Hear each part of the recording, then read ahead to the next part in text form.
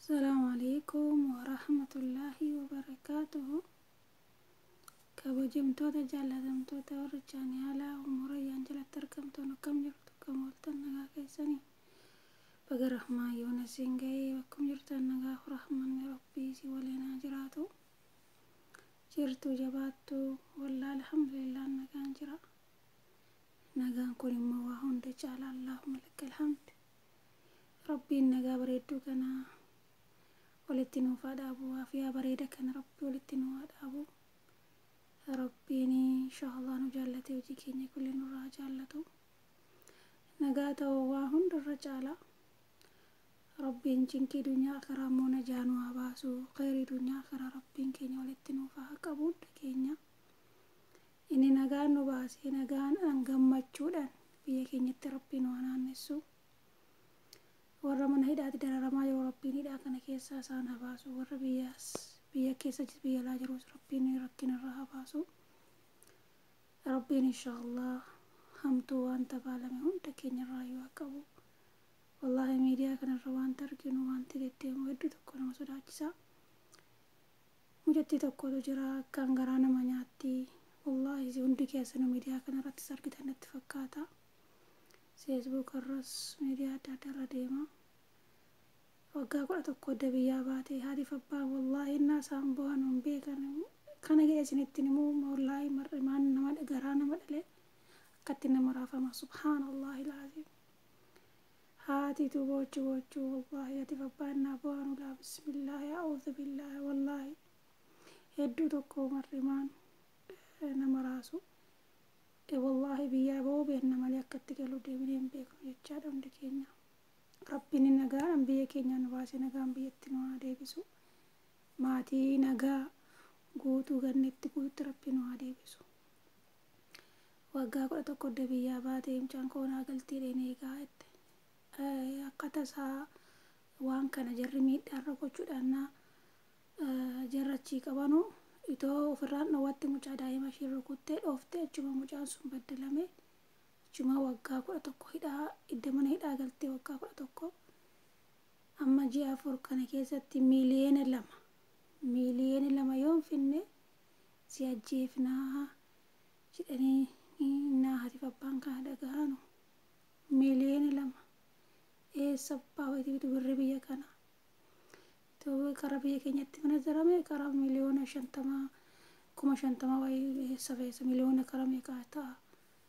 miiliyoona birri biyya kanaa jechaadhaan beektamuun keessan birri soodii miiliyoona 2 yoo fiduu baatte ji'a 4 kana keessatti si ajjeefna naan jedhanii jettee naa silkii bilteetti himtu.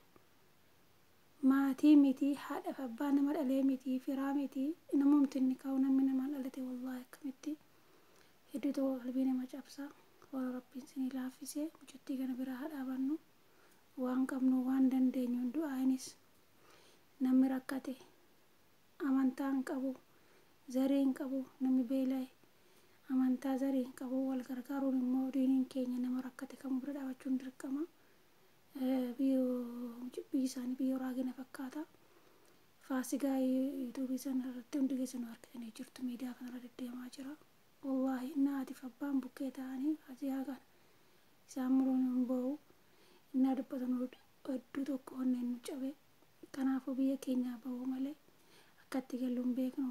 keessattuu daraa waan isinii dhaamu warra shamarranaati. mana jaartiin jiruuf mana ijoolleen jirtu kan eeggadhaa. maaliif jarri kun qaamni isaanii laafadha. arraba malee waa isaa kimiin qaban waan ta'eef daa'ima isaanii immoo jara daa'imaa warratti akkaan du'u waan ta'eef daa'ima eeggadhaa. wayi balleessuu dhugaa nama haarsuu obsaan egaa biyya namaatti wanti nama barbaachisu obsuu sabrii kana nama barbaachisa. buleewwan imaana obsaa daraa keessan amaanaa waan isin jedhurra obsaa. ijoolleen isoo isin haarsanii akka ammallee dhahina qaamni isaanii adii kana maddi tokko xonnaan diimata rakkoodha obsuudha malee. biyyi hormaa kun obsaan sirriitti nama barbaachisa. du'aayii godhaa zikirii godhaa quraana rabbii karaa yoo isin karaa rabbii keessanii qabattan rabbii isinitti iska. kanaafuu haartanii wayisa isin jedhina yoo isiniin taayilee karaa nagaatiin karaa biyyaa nagalchichoo afaan nagaadhaan akkasii malee ormaaf dukkanatti jedhiiban akka jedhan sana rabbiin haalafa mala keenya haa tolchu.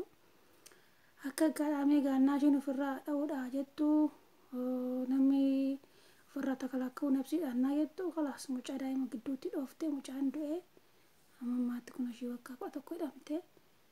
Yoo amma immoo wasanii itti wassananii yoo amma ji'a arfan kana keessatti miiliyoona 2 finne si ajjeefna morma sirraa munnaa jedhanii innaa lillaahi wa innaa ilaihi raaji'uun. Kanaaf inshaallah abbaan rabbiin isinii laaffisee akka wanti hin gallakkifamee jira miidiyaa muduratti argaa jirtu. Wallaahi dhaqaa tuffachuu miti birri tokkos ta'e lamas ta'e nama danda'u Itoophiyaan bira dhaabachuu qaba dirqama keenya.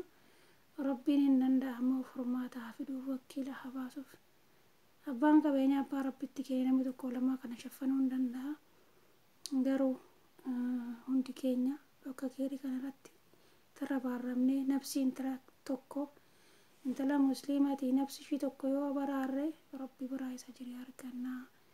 Namni lubbuu tokko du'arraa oolchee akka diinii keenyatti nama kana muluu alama kana muluu akka nama nafsi isaa hambisetiidhani.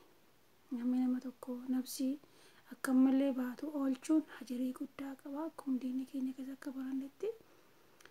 Kanaafuu namni nafsi tokko du'arraa hambise hajiriin isaa kanaan jedhamu hundi keessan barattanii beektu. Kanaaf inshaallah hundi keessan birmadhaa rabbiin haa birmatuu fi rabbiin bira haa dhaabatu. Wanni qabdan waan qabdan wanni dhabne mun hin qabne immoo du'aa hin bira dhaabadhaa. Obboleettii keenya obboleettii islaamaa rabbiin nagaan achi keessaa ishee haa baasu rabbiin lubbuu ishee haa baraaru.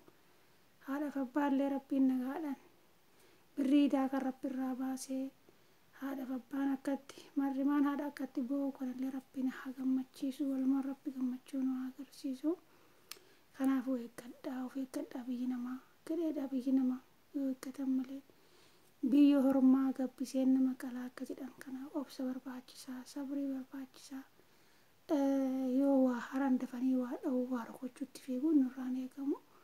Kanaaf obsaa rabbi obsaa sabrii isaan waa kennu. Injarra amma feete yoo hojjetan jedhan humna keessan hin quufanuu xiqqaan guddaan nama ergaa. Itummoo ol baanee gadi baanuma waliin faqaati nu laafte. Kana ammoo dagaan dandeenyu rabbiin nagaan nu baasee nagaadhaan gammachuudhaan harka guutuu dunyaa diiniidhaan biyya keenyatti nu haa naannessu malee rabbi baasee latti nu hambisini. Kanaaf obboleewwan imaanaa obsi akkaan barbaachisaadha. Biyyi namaa obsa barbaachisaa. Haalafa mala turanii nama wajjin jiraatu malee akka garaa ofiitti haaree maal jedheen yoo haaree haadhaa lakki zikrii godhaa du'aayii godhaa yeroo hundannaa teessan zikrii godhaa karaa rabbii keessanitti deebi'aa.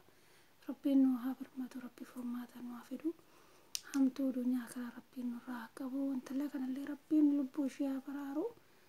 Kaaliqiin hin danda'a karaa fe'ee wakiila haa baasuuf saatii kana fe'ee witirii sagadaati du'aayii godhaa jirii harkattu fiilillee maatii keessanii illee du'aayii sirriitti godhaa akka jiruufis gadi buufis kan du'e rabbi rahmataa godhu ka jiru immoo bira rabbaa dhaabatu kan saatii kana cinqii irra jiru ciniinsu irra jiru rabbi haa eegu kan rakkina irra jiru rabbi rakkina keessa haa baasu ka beela rabbi beela haa baasu ka daaree rabbiin subhaanahu wa ta'aalaa daara haa baasu rabbiin hundi keenya nu haa milkeessu.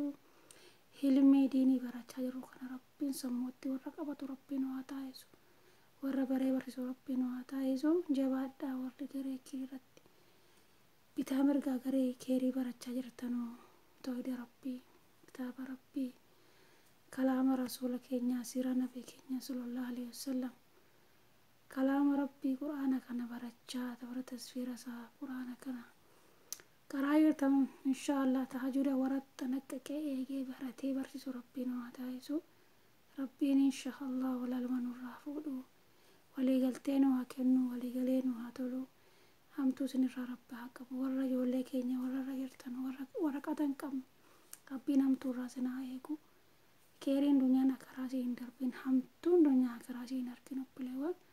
Kanaafuu du'aayin immoo dhuka baadatii du'aayin du'aa kaasayyoo akka jedhan du'aayii godhaa inshaallah quraanatti jabaadhaa waan khayra jirtu rabbi isin haa gargaaru hamtuu irraa fagaadhaa.